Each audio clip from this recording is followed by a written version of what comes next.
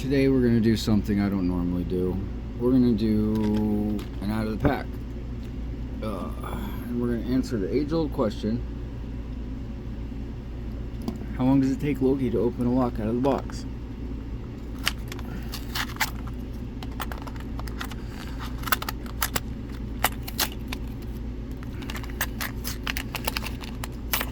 So, I mean, obviously, as you can see, I've never put a pick in this lock before. We're not even going to look at the keys. It's going in the vise for your viewing pleasure.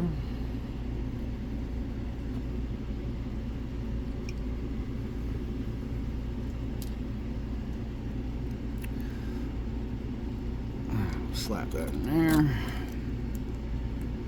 So 1, 2, 3, 4, 5. Oh, and there we go. And that is how long it takes Loki to open a lock out of the pack. Let's see about this. Oh, geez.